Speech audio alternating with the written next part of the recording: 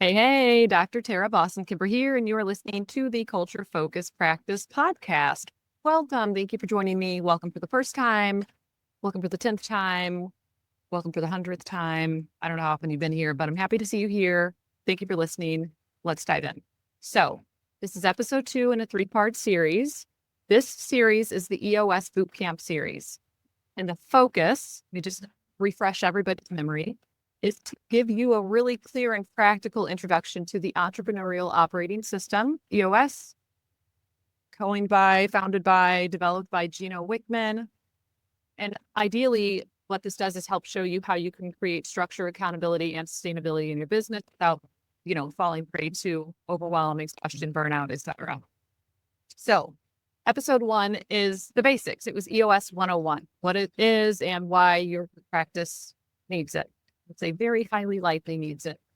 This episode, we're going to do vision and traction, how to set goals that actually get followed through on. Super excited. And the next episode is all about the right people in the right seats and working through issues. So that's another one I'm real thrilled to get into. I love working through issues in a practice. I don't have enough words to describe how much I love EOS and what a brilliant and simple and practical tool and framework that it is and can be for your group practice. So if we are very quickly recapping episode 1, I just want to super quick, let's make sure we're all on the same page. EOS is comprised of 6 core components. I talked about a pie last time being divided into 6 pieces. Those 6 pieces are vision, data, people, issues, process, and traction. Today, we're going to specifically talk about vision and traction. So why this matters, you might ask? It matters because I don't think I know any practice owner or business owner for that matter, any entrepreneur who doesn't have a goal or multiple goals. The problem is that they don't get followed through on. The point of vision and traction is to not only have a goal or a series of goals, but to also follow through on them and bring them to fruition. We want to actually ensure that they happen, ensure that they take place. So stick with me. I'm going to give you an overview of what to expect in this episode. I think that might be helpful instead of just diving straight into things. And then also at the end, of course, there's going to be a little bit of a takeaway, action step, things like that. So we're going to talk about, here's the agenda for the day. Why goals fall flat in group practices. That's the first thing. We're going to talk about the vision component. That's number 2. Number 3, third item, we're going to talk about the traction component. So turning vision into reality. Fourth item is basically getting started despite overwhelm or busyness. And then the last item is those action steps. All right, let's carry on, shall we? Why goals fall flat in group practices. Oh, God, let me count the ways. I mean, there are just so many reasons why. One really common culprit is that they're just very vague. Maybe it's a vague concept. Maybe you're not sure where it fits into the trajectory of the next 6 months or 2 years or 5 years, or maybe you're really good at collecting goals and then really bad at bringing them to fruition or into existence. You're good at a concept and you're bad at birthing that concept, so to speak. That's really, really common, especially for visionary types. We like big picture. My brain, it's real. I mean, it's sincerely, I say this with the utmost sincerity and it's not hyperbole. It's not hyperbole. I mean this with the utmost sincerity that my brain does not like going from something big where I can get a sense of all these moving parts and then having to bring it down to that ground level. I can do it. Sure. It's very difficult to do. It takes a lot of concerted effort. And so however you might feel about that or whatever you might think about that, I think that's a case for a lot of visionaries. A lot of visionary types is that it's really fun and easy to be in this sort of abstract, esoteric, creative type mindset, and it's harder to bring it down to the ground. So I'm just going to wrap that up there. But vague ideas, having unclear direction, and again, sort of the vague ideas and unclear direction can be kind of a byproduct of being a visionary, which, it's one of the downsides to being a visionary type person. Another reason why goals can fall flat in group practices is that you have no buy-in from your team. I could have 1,000 goals, but if nobody cares and nobody's on board, the likelihood of me achieving a goal is very, very slim. I would say very close to 0% likelihood that I would achieve all of those goals, or even most of them. Just the ones that I'm really sort of gunning for, it's probably not going to happen. Another reason why goals fall flat in group practices, this one is very easy fix, but there's no rhythm. There's no structure for checking in on progress. You think we're going to set this goal. Everyone feels really good about having an item and this project and this thing, like, yeah, it's going to be awesome. And then it just sort of peters out from there. Like, sort of drops, fizzles out. Nobody's paying attention to it. Nobody's checking in on it. There's not even accountability, just nothing formal in place to stay in tune with the process of this goal. So there's no structure, there's no rhythm, there's no ability or space or step baked in to stay in tune with the progress of the goal. Number 4, I haven't been numbering these, but this is number 4, why goals fall flat in group practices. Everything feels urgent, so nothing gets done. I was thinking about Dash in the movie The Incredibles, where he says there's a conversation with Elastigirl, his mom, about being special. And she says, honey, everybody's special. And he says something like that nobody is. If everybody's special, then nobody is. And I think about that with goals sometimes, where if everything is urgent, then nothing is. Urgent is the new baseline. That's just the norm. Everything is urgent. So therefore everything is equal to each other, which renders the sense of urgency moot, useless. It's a waste of breath to even say it out loud. So when everything feels urgent, it's really hard to gain any traction. Last thing, this kind of captures a few of these actually, but it's more of a vague way of saying it, a broader way of saying it. Goals fall flat because it's your lack of system. And of course, I'm going to plug EOS because I'm literally doing a series on EOS, but not having systems in place makes it really difficult to stay in tune and on track with goals. Not only identifying where you're going, but again, all the follow through, the accountability with who does what, the delegation of it, working through issues that come up as you're trying to accomplish the goal, figuring out how to make it more realistic or attainable, checking in on the progress of said goal, checking in on the people who are part of the process, checking in on them. When there's no systems in place, it's really hard to get things done consistently. I would say ever, but I would also say consistently. So goals fall flat for probably multiple reasons. Top 5 that I will name here: big ideas, unclear direction. 2, no buy-in from the team. 3, no structure for checking in on the progress. 4, everything feels urgent and therefore nothing is. And 5, it's not you, it's your lack of systems. All right. That's agenda item number 1. Check. Let's move on to number 2, shall we? So we're going to talk about the vision component. Remember, vision is one piece of the EOS pie. One piece. I love the fuck out of vision. I love the vision component. When we're talking about vision, Gino Wickman basically poses 8 key questions. I could spend a lot of time talking about each of these questions. I will not do that because it would take a very long time. I will very briefly list them and talk about them. All right. 8 sort of questions, 8 aspects to vision. Remember, vision being one piece of the pie.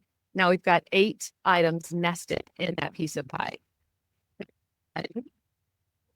Values. When I say core values, man, if I can't even tell you the number of times people say we have them and then they don't even know what they are. We have them, but then there's no processes around them. They're not thinking about them as they're building out onboarding, or when they're bringing on team members, or when they're hiring, or when they're terminating, or when they're reviewing. Like, they're just there on paper. It's just lip service. Waste of time, waste of space, waste of energy. And if you say, well, we don't really have them. Yes, you do. You absolutely have core values. You haven't identified what they are yet, but they exist. There are ways of being at your practice. There are things that you hold true or hold more sacred than other things, or ways of existing with each other that you want and you just haven't articulated or verbalized. Core values are alive at your practice. Whether or not you have labeled them as such or identified what they are is a different conversation. This is one of the first things that has to be done with regards to vision. We have to know, how do we do this together? Who are we as a group? your core values, what make us who we are. Number 2 is your core focus. Your core focus is your filtration system for deciding what you're doing.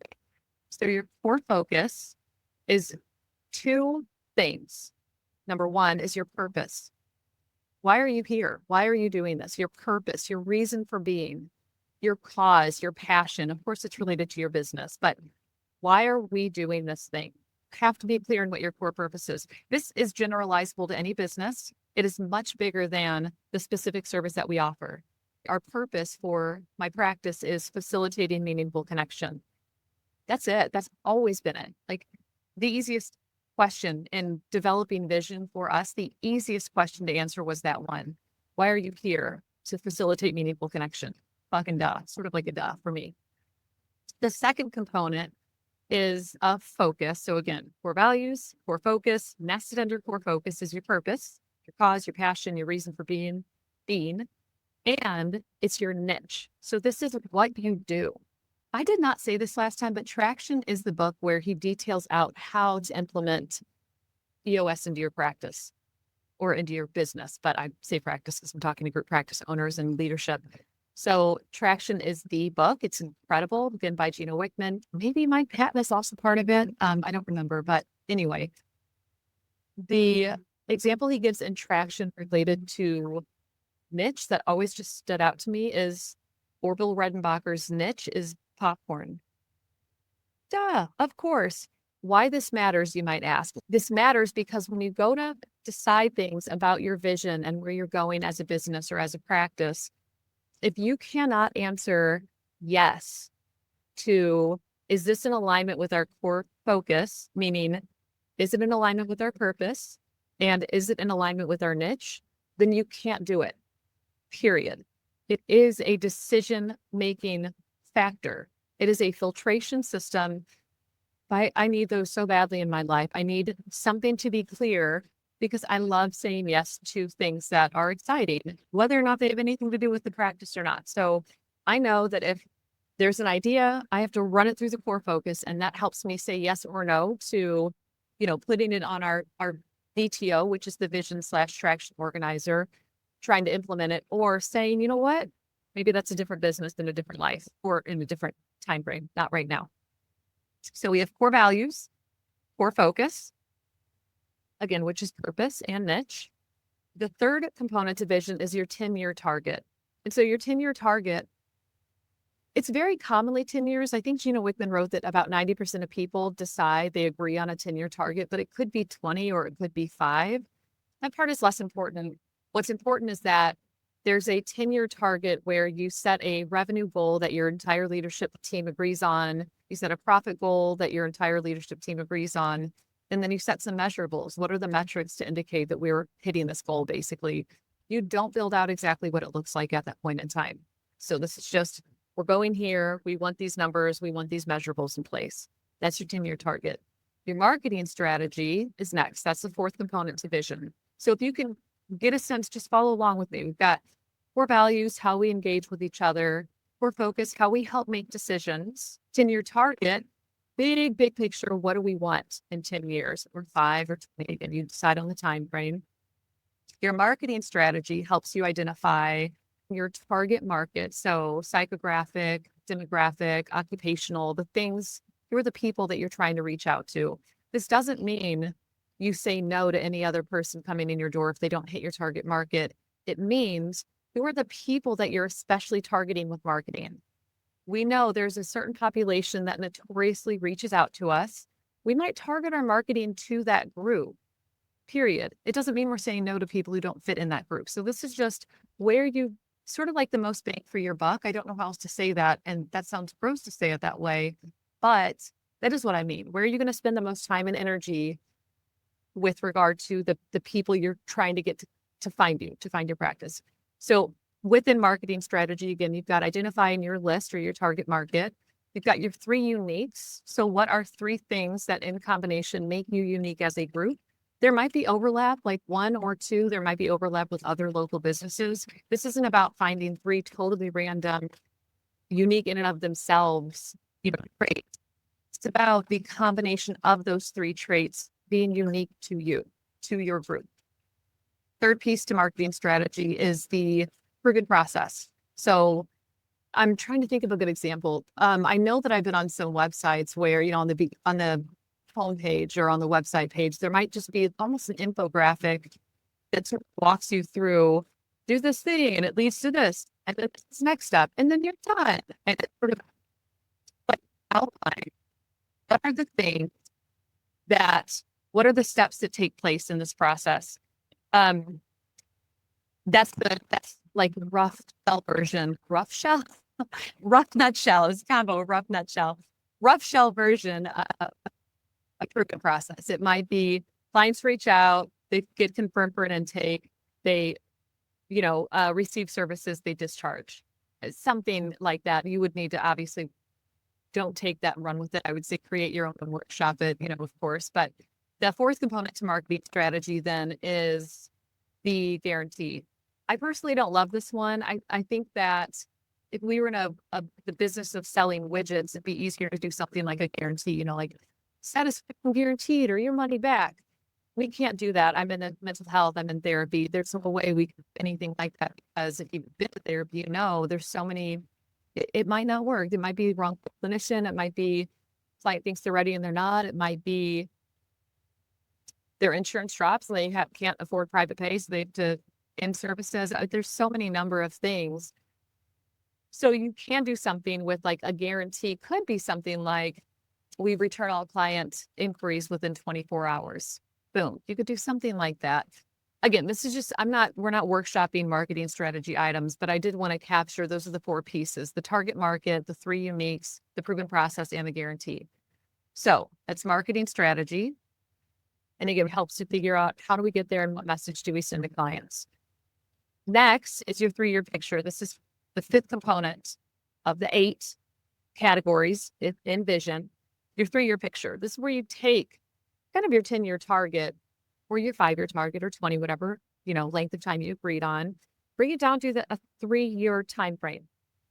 And this is where you get way more detailed with what it is that you want to build out. So of course you set the revenue number, of course you set the profit number, and you set some measurables. So what are the metrics? What are the things that we would say this was successful? And then you start to really get clear on, what is it going to look like in 3 years? How will this practice look? What will be in place?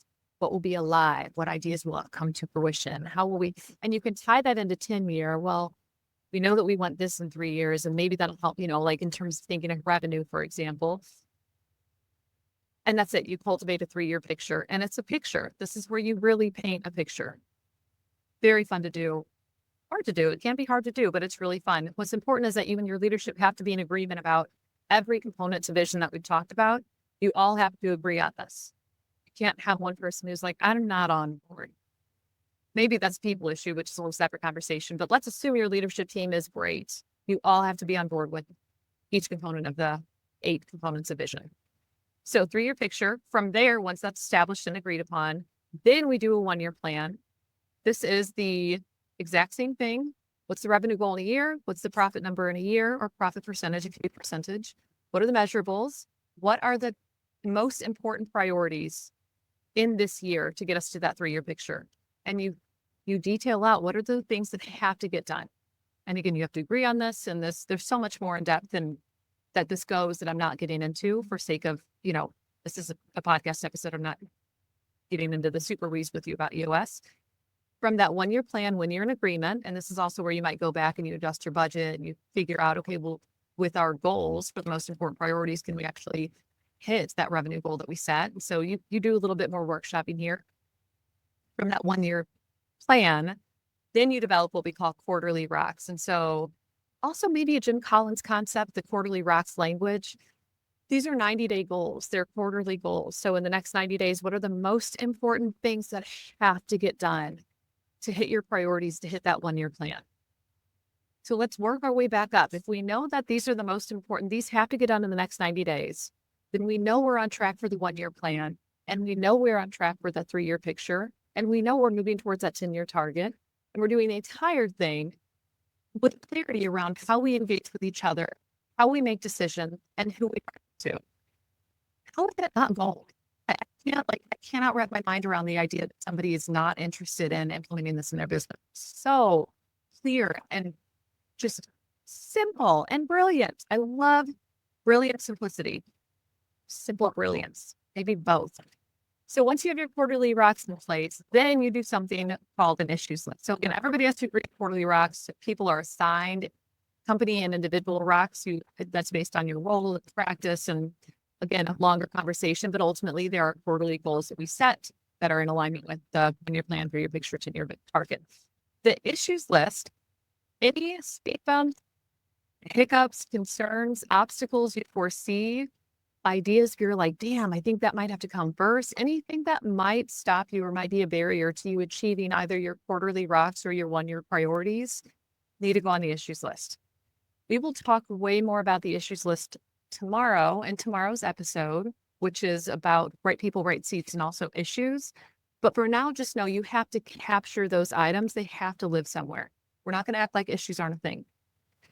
What's really interesting too, there's actually some research to support this, and I wish I could cite the author, but I can't. I have no idea who did the study. But I remember reading or hearing about the study where they took groups of people and they all asked them to identify some goals. And then one group, they said, that sounds great. Good luck, and of course the follow-up for each of the groups was at the same time frame, let's say in 3 months. I'm literally making that up. I don't remember how long it was, but let's say it was in 3 months. The second group, they said, hey, great goals. What are the obstacles that you see happening between now and then? What are the things that are going to get up and how will you get through those? And group B or second group, identified obstacles and how they might deal with them. What group do you think was more likely to succeed in achieving their goals? Duh, the group that identified the obstacles and figured out ways to get through them or workshopped. Okay, well, if that happens, then I can do this. The anticipation of thinking ahead, knowing these are going to be problems or barriers or issues is, research would support it's very effective in helping you actually achieve the goal that you have set. So really important that not only setting the quarterly rocks in the 1-year plan, but identifying the issues. What are the things that are going to get in the way? Let me just close out this vision piece. So recapping real quick, vision is one of the 6 pieces of pie in the EOS, one of the 6 pieces of pie in EOS. Within vision, there's 8 components: core values, core focus, 10-year target, marketing strategy, 3-year picture, 1-year plan, quarterly rocks, issues list. I swear to you, this feels overwhelming. Once you start implementing, you will immediately see the benefit. It sounds a lot as I'm saying it. It might take 3 months to 2 years to implement fully, running real full on running EOS in your practice. I absolutely get how it can feel like a lot. As soon as you start doing some of these things, you will feel lighter. That's my guarantee, right? Thinking of the marketing strategy, that's my guarantee. But really, you will feel lighter when you start to do this. So please, if you were listening, oh my fucking Lord, Tara, I don't think I can do all those things. You absolutely can do these things. Having a leadership team in place is so helpful and effective. And you will feel lighter as soon as you start. I promise you. Okay. This is all helpful, this vision component and these 8 pieces in particular, because they get you clarity. And when you have clarity on something, you feel better. Not only do you have more confidence and you feel more self-assured and you feel more grounded in what you're doing and what's happening and why, but also you're better at decision making. Then well, shit, that squirrel looks super fun to chase, but I can't. This is my goal for this quarter, so I can't do that right now. And maybe you capture the squirrel and put it on a list somewhere so you can assess whether or not you want to chase it later. But for right now, you know that this is my 90-day goal, or my 90-day goal is plural. What am I trying to say? It's really hard to lead a team if you don't know where you're going and you don't know how you want to engage in the process of getting there. Let's move to traction. So if vision is pie in the sky, which I don't necessarily think it is, but if vision is pie in the sky, traction is boots on the ground. It's where rubber meets road. Traction is execution. Vision is where we're going. Traction is how are we getting there? specifically, how are we going to do this? There's a couple of key ways to ensure that we maintain traction in our business. One is through the quarterly rocks. So when we talked about quarterly rocks and vision, what I didn't say is that you only take a handful. So that sense of if everything is urgent, then nothing is, one of those issues that practice owners can fall into with goals not getting done. With quarterly rocks, you don't take more than, there should not be more than 3 to 7. I don't like more than 3 per person. That is our limit, is 3 per person, whether they're company rocks or individual rocks. I think in traction, they say you can take on more. I feel like I've heard 5 before, and that just really seems like a lot of quarterly goals. If they, we're trying to prioritize and make sure things get done. 3 is about anecdotally, it's our limit. That's the limit for anybody at my practice. So the quarterly rocks, when we set these 3 to 7 priorities per quarter, let's say 7 for the whole practice, we not only set the rocks and we clarify they should be SMART, specific, measurable, achievable / attainable, realistic, timely, but we also set a clear owner. There has to be someone responsible for the rock being completed or not. Being the owner of a rock does not mean you're the only person who is working on it. I might have a rock, but I need to pull in my marketing director or my director of clinical ops or my integrator or my client care coordinator, whoever it is. I might have a rock that I engage with other people to get done. That's collaborative, but it's my rock to own. It's my responsibility that this thing gets done. So when we talk about having an owner for a rock, that's really what we mean, is that there is, at the very, very end of the day, you look at one person and you say, did that get done? And it's them who says yes or no. No blaming, no, well, so-and-so didn't do blah, blah, blah. That's on you. Did you set a deadline for that person? If you set a deadline and it was missed, why didn't you bring it to the issues list, bring it to the table and work through it with us? It is one person's responsibility for ensuring completion. Having an owner equals accountability, if that's not obvious. And then with that accountability piece, we know that progress, as we're checking in on progress, as we're going throughout this quarter, we're looking at one person to say, hey, is this rock on track? Are we on track or are we off track? So setting quarterly rocks is one way to make sure we are executing, that we're working towards traction, that we're engaging in traction. Another way is a meeting pulse. I don't like meetings that waste my time. I don't like meetings for the sake of meetings. I like meetings that are functional and useful and robust. They need to be full of relevant information, and I want to get straight to it. I don't want to sit around bullshitting for 2 hours. So when we do a meeting pulse, we operate, again, with EOS in mind. They have something called a level 10 meeting. These are weekly 90-minute meetings with your leadership team with a very structured agenda. In that agenda, there is baked in a rock review where you look at rocks and you ask each person, whoever owns a rock, is this on track or off track? If you're not using EOS and you're not using level 10 meetings, fine. If somebody owns a goal, a quarterly goal at your practice, there needs to be something where you're able to check in with them on a weekly basis and say, is this off track or on track or off track? And they just say yes or no. And you might say, what are the issues coming up? What do you need to work through to keep it on track? What's the next step? And so having something where you're able to check in on the progress of that rock is part of traction. What this also does, kind of, I would say indirectly, but sort of directly. So the direct thing might be that we're working on this quarterly rock.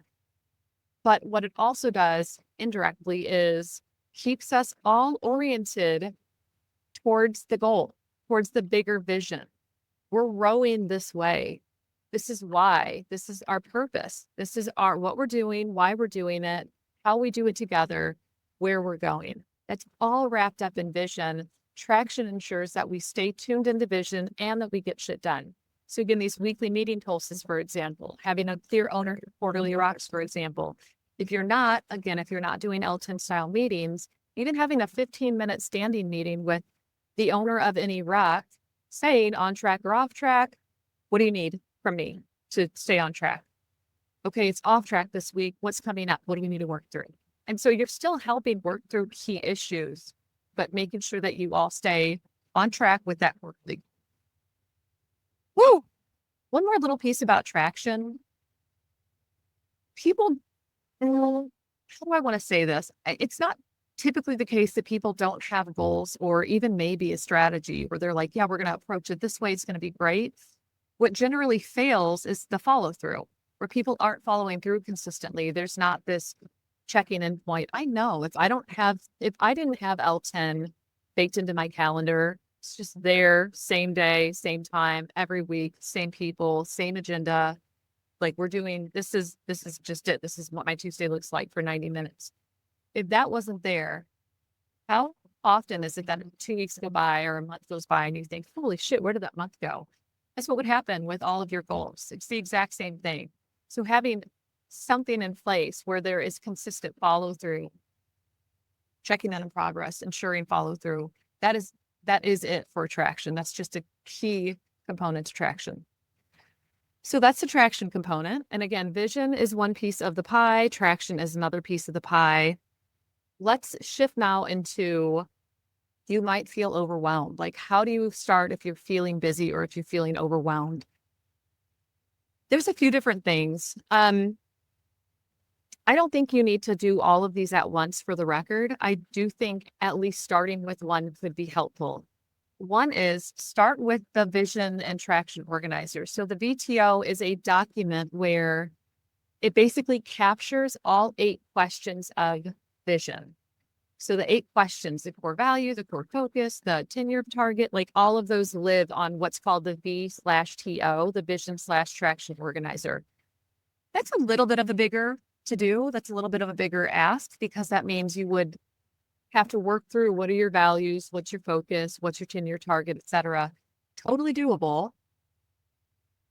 That might take you a few months to really build out. If I'm being honest, and if I'm trying to level with you, that might take a few months to build out. If you want to start there, then start there. If you're not implementing EOS formally, or you're not like trying to do it in the EOS style way, because there's a very specific way to implement, you just need one thing to take away, go to your VTO.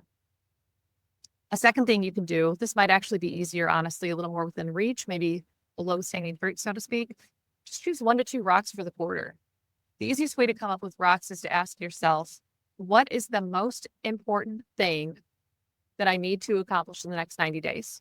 Or what are the most important things, plural, that need to be accomplished in the next 90 days? I don't care how many things are on that list. You could list 15, pick 2 to 3. Go through the list and say, okay, whew. All right, so what can wait? Like what, if it had to, what can wait? And sort of whittle down that list until you get to 1 to 2 items. Another thing you can do right away, just start a weekly meeting rhythm. That's it. If you pick your rocks for the quarter, you pick these 90-day priorities, even if it's by yourself, set a 15-minute internal check-in where you ask yourself, am I on track for this rock? What are the issues that are coming up for me to get it accomplished? And you just get in the rhythm of constantly sort of tuning in with yourself. If you have a team, it would be a meeting with your team and you're checking in on everybody's rocks. Who's on track? Who's off track? Or are you on track or off track? And then what are the issues? If people are on track, leave them. I don't want to hear about it if you're on track. If you're on track, I'm trusting that you're getting your shit done. Don't give me a status update. Nope, just you do you, boo-boo. That's also the ownership piece. If they're accountable for this thing, I'm going to trust that they get it done. If they are off track, we can work through issues together if they need to. Sometimes they say, nope, it was just a scheduling thing this week. Like I'm overwhelmed right now, but I'm on track for next week. Cool. Okay.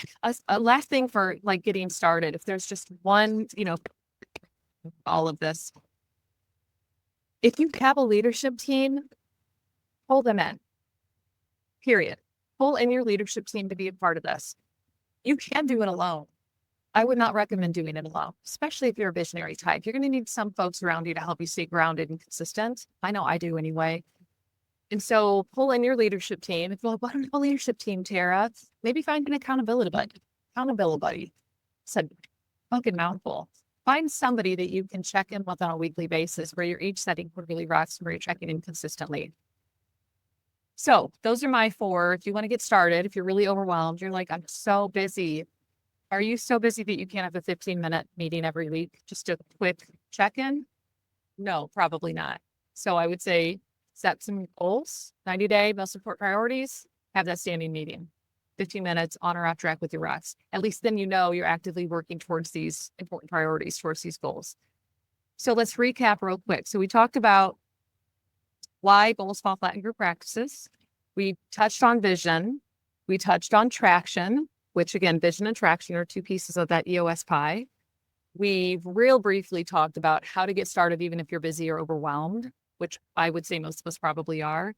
So 3 final things. Number 1, subscribe to the channel. If this resonates with you at all, if you're interested in EOS, if you feel like, fuck, I really want to implement this thing, I need to think more about culture, I need to think more about my practice, hiring and implementing EOS, just subscribe. This is the entire podcast. It's all about culture, EOS, leadership, organizational structure, employee health, all of those things that I love, things that I think resonate with a lot of people.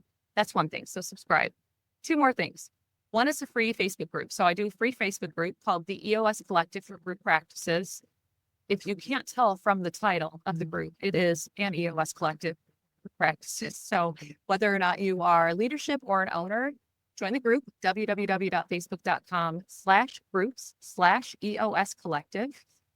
But we just talk EOS, people who are implementing it, people who want some support around it, people who want to be with like-minded folks who are using EOS in their practices. It's a great resource. Third thing, I do an EOS mastermind twice a year. And in this mastermind, the sole purpose is to help people integrate EOS into their practice. I am not an EOS implementer. I will say that from the outset. I love EOS though. I understand it fairly well. I use it on the regular. I troubleshoot this with people frequently. And I want to help people implement it in their practice. I know how overwhelming that implementation process can be to get it going in your practice. So the mastermind is a 6-month mastermind for people to implement EOS in their practice.